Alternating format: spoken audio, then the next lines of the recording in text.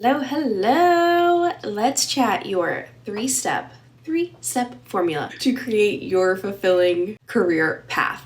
When I work with my clients all the time, whether it's in the membership or private coaching one-on-one, one of the root things we work on, the very first step is getting clear on what you want to do. And so there's 3 pieces that do this. And also just, hey, what's up, hello. If you don't know who I am, my name is Brittany Hogan.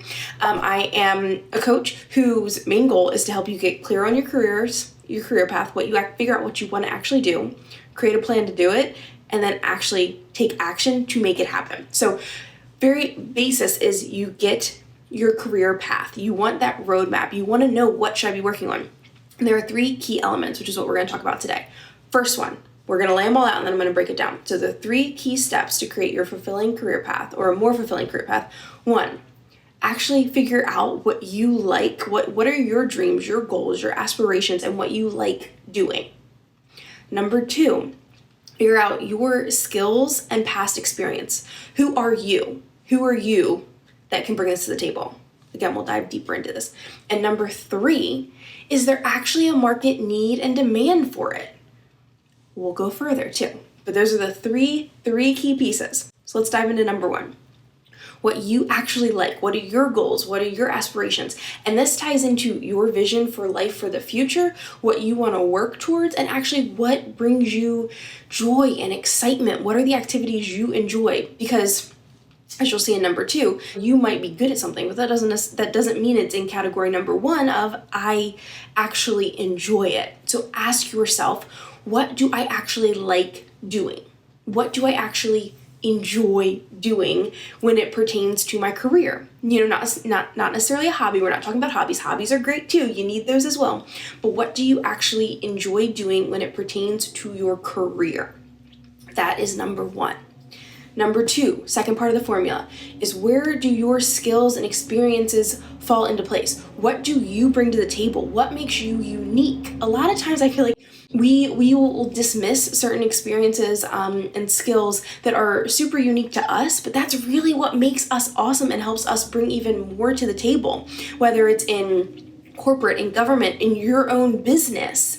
Do not dismiss your own unique skills and experiences, because that combination, all of the things you've already been through, worked through, and again, going back to number 1, actually like doing, that will help set you apart when you are trying to figure out what to do next, maybe where to apply or what to start.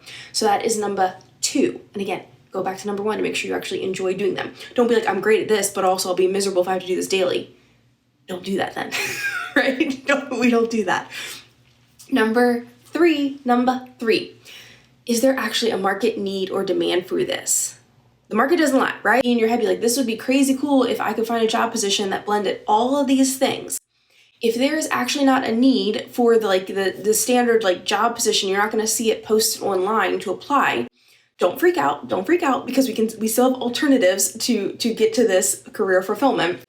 Just the question is there actually a need? Is there going to be a position that does that? Whether it's in your current position, can you ask for new opportunities, new challenges? Can you say, hey, I've decided, I've reflected, I really like doing this, and this, and I know we have an opening here. Be a problem solver. People love when you're a problem solver. Don't just say, I want to do this because I feel like I should be able to. Say, I see this gap, I'm good at it, can I add this to my plate? There's a bunch of other factors, like make sure you have time, you're not gonna slack in other areas, get your job done, all those things. But if you can be a problem solver and add in the things that you truly like to do, that's a win-win, okay? So if there isn't this one-size-fits-all position, that's okay too. If you've been around, if we've been talking for a while, you are very familiar with me saying creating your perfect work cocktail. That is what I love to train and coach on. We create our perfect work cocktails here. What does that mean? That means that every single person is unique, and it might not be, again, one position knocks everything out of the park, hits all of your requirements. That is fine. Maybe that means you need a creative outlet, a passion project to meet those needs, whether it's starting a side business, doing a passion project just because you have that other desire that is going to help you feel more fulfilled, because the goal is to feel more fulfilled with the work that you are doing. It's not necessarily to make more money,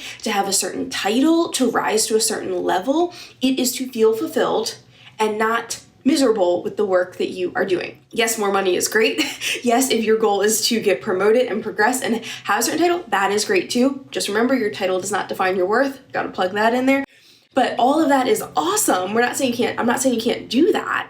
But the goal here is to feel fulfilled, feel excited about your work again. Remember when you started and maybe you landed the dream job and that had been what you were working on, and then all of a sudden you were like, something's missing. The goal is to get that back. That is what this formula will bring you to. That is the goal.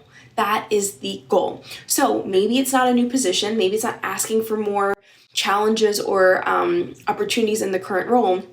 Maybe it's starting something on the side.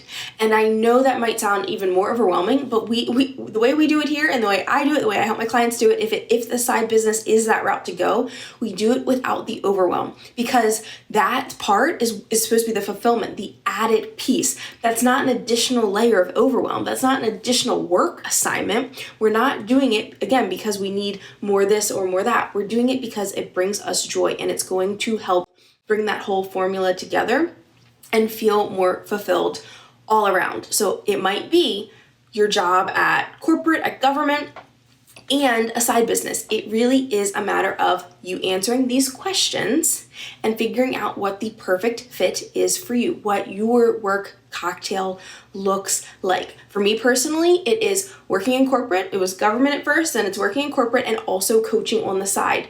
That is the blend for me. That is what I love, and that is what brings me that full circle career fulfillment. Some days is it crazier than others? Yeah. Do I feel like there's a lot going on? Yeah. But for the most part, it's great. I'm trying to be honest. Like, it's not always just smooth sailing. Like, there's a lot going on, but that is where we take a step back and prioritize. When you are doing all the things, you need to make sure you're doing them for the right reasons. But that goes back to these 3 questions when you are defining and designing your own unique, fulfilling career path. What do you like to do? What are your goals and desires? These are unique to you.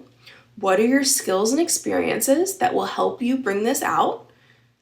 And then also, where is the market demand or need? Is it a position? Is it something you're already doing and can ask for more of at work? Or is it creating your own thing? There's no wrong answer. It's just figuring out what fits best for you. What fits best for you. Just don't overcomplicate it. And honestly, like, if we were working together one-on-one, if you were a private client, like, there's a whole list of questions we would work through together to dive into each of these categories, because it's not a like aha moment. Like, you do have to dive a little deeper sometimes, and you have to figure, like, if you've been feeling stuck for a while, that's not your fault. There's questions you have to maybe go a little deeper and figure out, or try a few other things. Don't get frustrated if you try something and it still feels like maybe something's missing. You might be a matter of just giving it a little more time. It might be a matter of like tweaking it just a little bit, or it might be a matter of this actually wasn't the right road. We're going to pivot again and try something else. Sometimes we want that solution. We want to know that the roadmap is all here. But in building that truly fulfilling career path, career roadmap, there's a little work that's involved, and it starts with these 3 key pieces. Ask yourself those questions. What do I actually enjoy doing? What am I good at? Is there a need for it? Is there a demand for it? And that is your first place to start. Design it. Design your life. Design it. That is what we do here. We figure out what we want, and then we create a plan on how to go after it. And that is your first 3-part formula for designing your fulfilling career path. Hope that was helpful. Can't wait to hear how it goes. Let me know if you have any questions. Talk to you later.